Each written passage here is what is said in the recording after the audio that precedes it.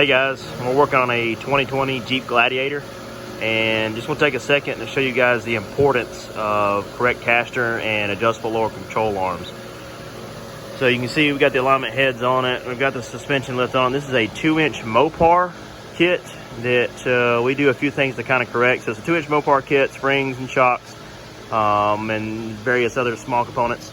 But we do the Synergy track bar brace and sector shaft brace kit, along with the Rock Krawler lower spring pads to correct the spring bow, and then the Rock Krawler adjustable track bar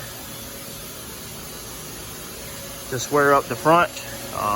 And then we'll do the adjustable lower control arms from Rock Krawler to set the caster. Now, this is the 2-inch kit. Everything's installed except for the lower control arms. It has the factory lower control arms, and at just 2 inches of lift on here, you can see there the middle numbers is the caster. The caster is relatively low. We were talking about 3.2 on one side and 3 on the other degrees of caster. And so what we'll do is use these adjustable lower control arms to bump that caster up. But at just 2 inches of lift, the caster is significantly decreased, and that makes a big difference on the way these things drive. So when you're talking to a shop or looking at doing it on your own, or whatever the case is, make sure you go ahead and get all the necessary components to make this thing correct when you get it lifted.